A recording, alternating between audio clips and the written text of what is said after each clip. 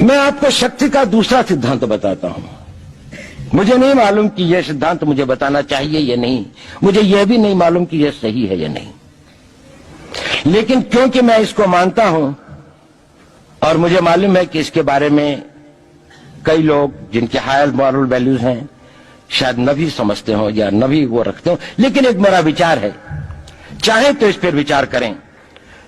सब नहीं तो कुछ न कुछ लोगों को शायद इस विचार से कुछ सोचने की और कुछ करने की प्रेरणा मिलेगी। इतिहास दुनिया की सबसे बड़ी अदालत है, इससे बड़ी अदालत कोई नहीं है। सुप्रीम कोर्ट में क्या हुआ, हाई कोर्ट में क्या हुआ, लड़ाई के मैदान में क्या हुआ, इलेक्शंस में क्या हुआ, ये सब बातें आती हैं चली जाती हैं, बाद में रह जाता है केवल इतिहास। और इतिहास का निर्णय हमेशा उसके पक्ष में गया है जो शक्तिशाली था। इसने कभी उसका साथ नहीं दिया जो न्याय के साथ था, जो सही था। अगर ऐसा होता तो दिल्ली में बाबर रोड होती है, बाबर रोड है लेकिन राणा सांगा रोड नहीं है, क्योंकि बाबर आया, विजयी हुआ, राणा सांगा हार गया। भारत की हिंदूशाही किंगडम अफगानिस्तान से होती सिकुड़ती सिकुड़ती सिकुड़ती यहां तक नहीं आ जाती। हमने किसी पर आक्रमण नहीं किया, हमने किसी के जीवन मूल्यों को नष्ट नहीं किया, हमने किसी के धर्म ग्रंथों को और धर्म स्थानों को नष्ट नहीं किया। शायद हम न्याय संगत थे, शायद सत्य भी हमारे पक्ष में था, लेकिन शक्ति हमारे साथ नहीं थी। इसलिए इतिहास ने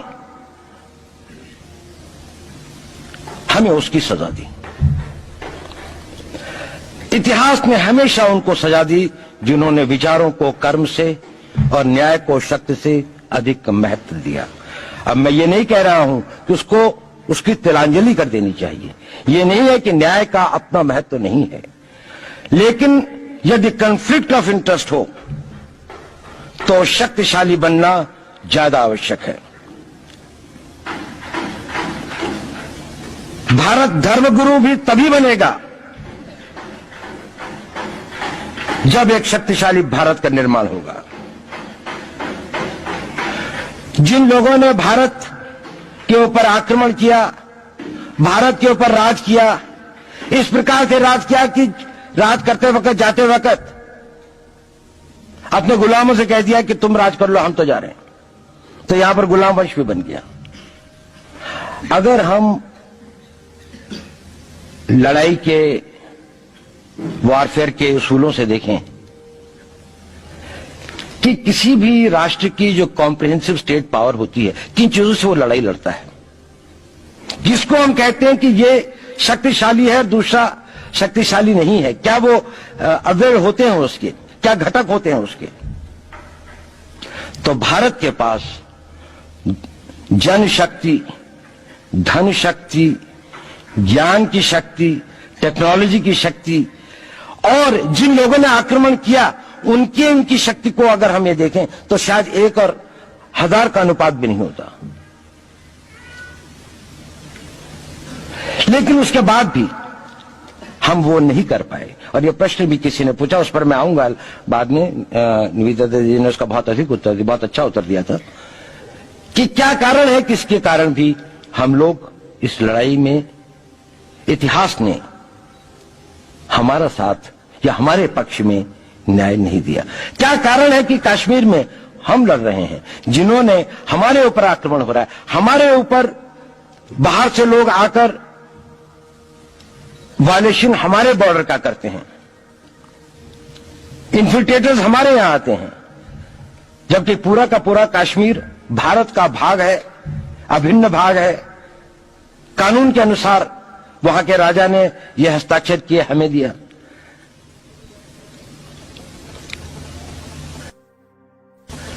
क्या कारण है कि करोड़ों की संख्या में बांग्लादेश से लोग भारत में आते हैं, हम बाड़ लगाते हैं, वो लोग वहां से मना करते हैं कि आप हमारे आदमियों को आने दीजिए, और हम कुछ नहीं कर पाते।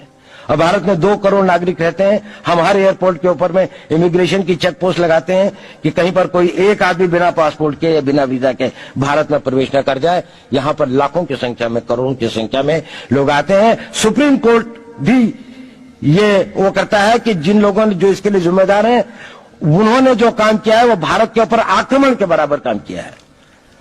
और वही सरकार उस सुप्रीम कोर्ट के 25 जुलाई 2005 के निर्णय के 3 दिन के अंदर में एक नया अध्यादेश जारी करके उन सारे के सारे कानूनों को फॉरेनर्स एक्ट के अंदर में इनकॉर्पोरेट कर लेती है, क्योंकि जो वो IMDT एक्ट था उसको सुप्रीम कोर्ट ने नल एंड वॉइड कर दिया। ये सब बातें हमें सोचने और समझने की आवश्यकता है। एक कारण, मैं ज्यादा चीजों में नहीं जाना चाहता, इतना समय भी नहीं होगा, कि भारत विदेशों से इतना नहीं हारा। अंग्रेजों ने भारत के खिलाफ कोई लड़ाई ऐसी नहीं जीती जिसमें कि अंग्रेजों की फौज में भारतीय सिपाही नहीं थे। चाहे वह पहले बंगाल नेटिव आर्मी थी, 1857 के अंदर में सिखों और गुरखास ने उनका साथ दिया। जब सिखों से लड़ाई हो रही थी तो बाकी लोगों ने उनका साथ दिया। हमेशा नेटिव आर्मी उनके साथ थी। जब जब आक्रमण वेस्ट से हुआ, चाहे वो पार्थियन थे, चाहे हून थे, चाहे मंगोल आए, बाद में मुगल आए, तो लश्कर कहां बने? वो तो थोड़े से लोग आए थे। लश्कर बने काबुल में, जिस वक्त वो इस्लामाइज भी नहीं हुआ था, लाहौर में, सरहंद में। हिंदुस्तानियों को हराया है तो हमेशा हिंदुस्तान के लोगों ने साथ नहीं दिया देश का। और दर्द है तो केवल इसी बात का। भारत के इतिहास में अगर दर्द केवल इस बात का नहीं है कि विदेशियों ने हमारे साथ क्या किया, उनका तो हम मुकाबला कर लेते। दुख इस बात का था कि हमारे सभी लोगों ने साथ नहीं निभाया और साथ नहीं दिया। और इसकी फीलिंग आज भी मुझे इस देश में होती है। और भारत को आंतरिक बाह्य शक्तियों से जो सबसे बड़ा खतरा है, वो खतरा इस बात का है कि हमारे अपने लोग ही कहीं राष्ट्र की सुरक्षा, राष्ट्र की अस्मिता, राष्ट्र के गौरव का सौदा न कर बैठे, अपने आज के सुख के लिए अपने भविष्य को अंधकारमय न कर दें। और इसके लिए जो जागरूकता चाहिए, इसके लिए जो ताकत पैदा करनी है, वो ताकत केवल समाज के अंदर भी पैदा की जा सकती है। दोस्तों, दिल्ली में आम आदमी पार्टी की सरकार रोहिंग्या मुसलमानों को निशुल्क बिजली, पानी और घर उपलब्ध करवा रही है। सरिता विहार और मदनपुर खादर के लोगों का कहना है कि विधायक अमानतुल्लाह खान सभी रोहिंग्या मुसलमानों के आधार कार्ड भी बनवा रहे हैं। बता दें कि 13 जून को सरिता विहार के मदनपुर खादर में जो कुछ देखने को मिला वो भारत के लिए किसी भी हाल में ठीक नहीं है। उस दिन दिल्ली सरकार और उत्तर प्रदेश सरकार के अधिकारी उन रोहिंग्या मुसलमानों के लिए तू मैं कर रहे थे जिन्हें एक साजिश के तहत वहां बसाया गया था। इस तू मैं में स्थानीय विधायक और हमेशा विवादों में घिरे रहने वाले अमानतुल्लाह खान का शामिल होना और भी शर्मनाक था। उस दिन उन्हें देखने के बाद ऐसा लग रहा था कि जैसे वो भारत के जनप्रतिनिधि ना होकर रोहिंग्या मुसलमानों के प्रतिनिधि हैं, प्रवक्ता हैं और संरक्षक हैं। मदनपुर खादर और कालिंदी गुंज में उत्तर प्रदेश सरकार की सिंचाई विभाग की जमीन पर स्थानीय कुछ मुसलमान नेताओं ने रोहिंग्याओं को बसा दिया था और इन्हें दिल्ली सरकार राशन, बिजली और पानी मुफ्त में दे रही है। ये भी कहा जा रहा है कि इन सब के लिए केजरीवाल की पार्टी के स्थानीय विधायक अमानतुल्लाह खान इनके आधार कार्ड भी बनाने की तैयारी कर रहे हैं। तो दोस्तों, सवाल ये उठता है कि क्या दिल्ली की सरकार घुसपैठियों के साथ है? आखिर ये अवैध तरीके से देश में घुसे रोहिंग्या मुसलमानों का इतना समर्थन क्यों कर रही है? इस पर भारतवासियों को सवाल उठाना चाहिए या नहीं?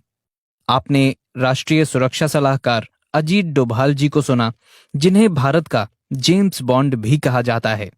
अगर आप भी उनकी बातों से सहमत हैं तो इस वीडियो को लाइक करने के साथ साथ ज्यादा से ज्यादा लोगों तक इस वीडियो को शेयर करें, क्योंकि जागरूकता फैलाने से ही फैलती है।